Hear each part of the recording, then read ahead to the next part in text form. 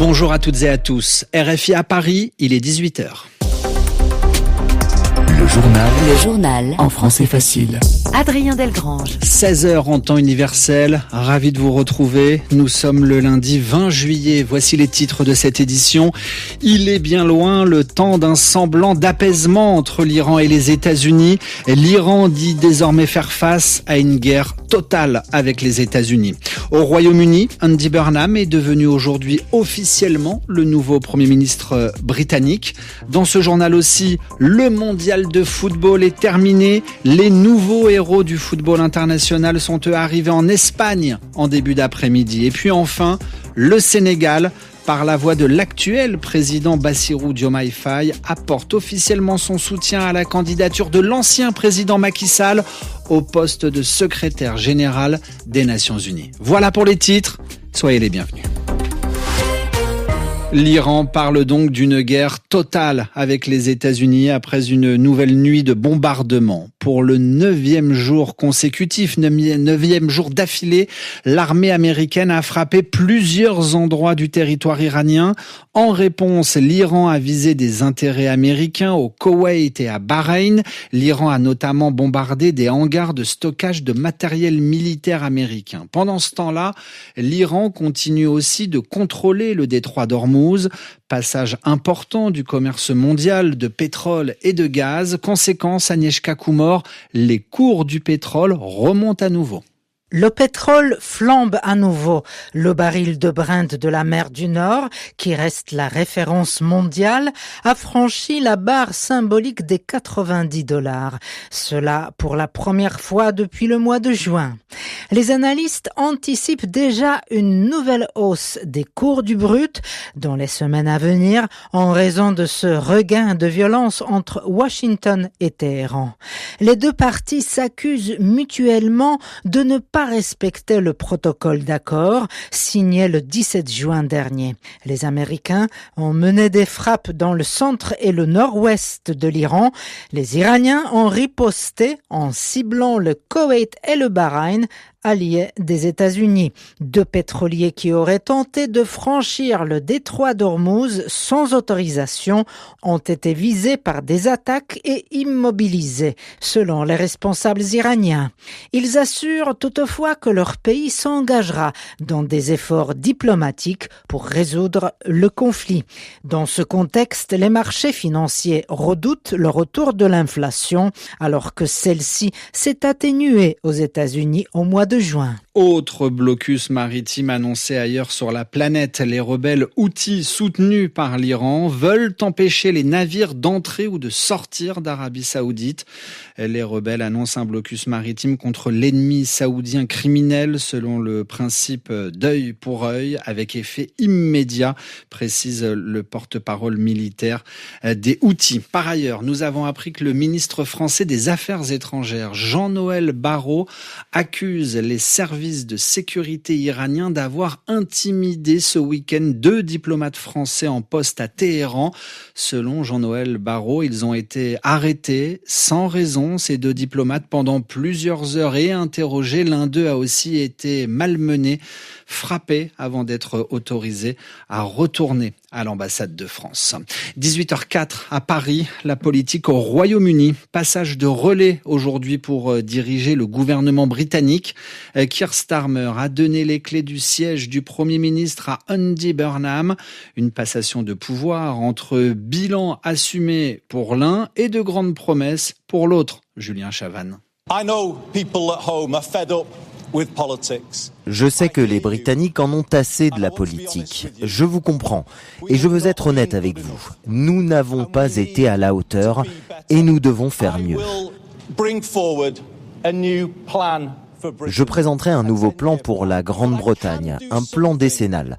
Mais je peux agir dès maintenant pour donner un peu de répit aux gens, pour les aider à faire face aux coûts de la vie. Et je détaillerai certaines de ces mesures dès demain, y compris leur financement. Faisons de ce jour le moment où la Grande-Bretagne recommence à croire, le moment où l'espoir renaît.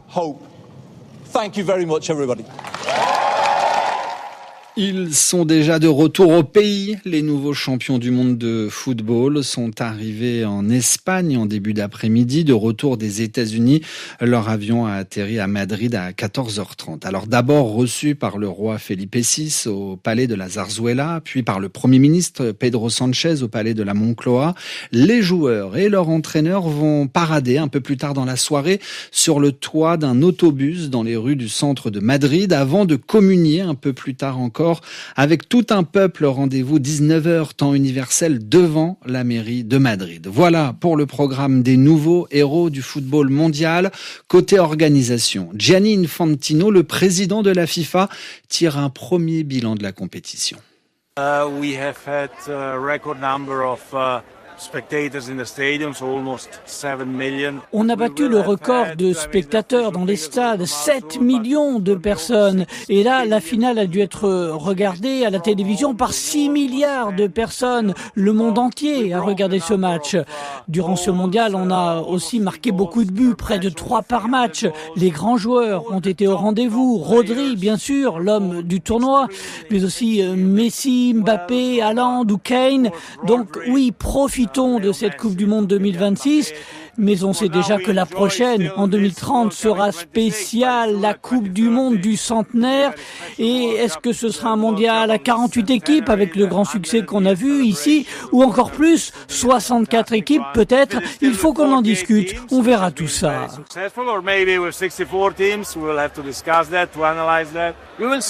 Gianni Infantino, le président de la FIFA, j'ajoute un autre nombre, le vainqueur du tournoi, en l'occurrence l'équipe d'Espagne, repart des États-Unis avec 50 millions de dollars.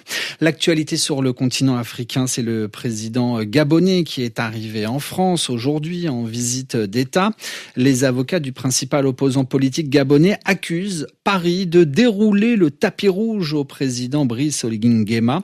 Les avocats de l'ancien Premier ministre Alain-Claude Bilié-Binzé veulent alerter sur le sort de leurs clients détenus à l'isolement au Gabon.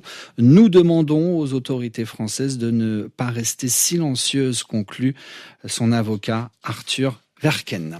Carlos Villanova, lui, a été réélu président de Sao Tomé et Principe avec 56% des voix. Il a gagné l'élection. Ses résultats sont valides, vient de déclarer la commission électorale. Sao Tomé et Principe est une ancienne colonie portugaise devenue indépendante en 1975 et située dans le golfe de Guinée. Je vous le disais en titre, nous venons d'apprendre que le Sénégal apporte officiellement son soutien à la candidature de Macky Sall au poste de secrétaire général des Nations Unies. Nous serons pour cela en direct de Dakar dans notre prochaine édition. Enfin, refermons ce journal en musique avec Joyce Nsana. La chanteuse congolaise vient de monter sur la scène du Festival international Nuit d'Afrique à Montréal. Nommée révélation de Radio-Canada en 2022, elle poursuit sa carrière, débutée dans le reggae jusqu'à trouver son style bien à elle. Lisa Giroldini l'a rencontrée. L'afro blue hop, c'est le mot inventé par Joyce Nsana pour décrire son style musical, mélange d'afro, de blues et de hip-hop, le tout construit sur une base de musique traditionnelle congolaise. Je vais reprendre cet artiste-là, Papa Wemba, qui est un grand de la musique congolaise et de la rumba congolaise, qui disait que la musique traditionnelle en elle-même, c'est l'une des bases des musiques qu'on fait. Quand on arrive à la cerner, on va dire, on peut tout faire après. La chanteuse a grandi au Congo dans un contexte de guerre, sensibilisée à l'art dès l'enfance grâce à son père musicien.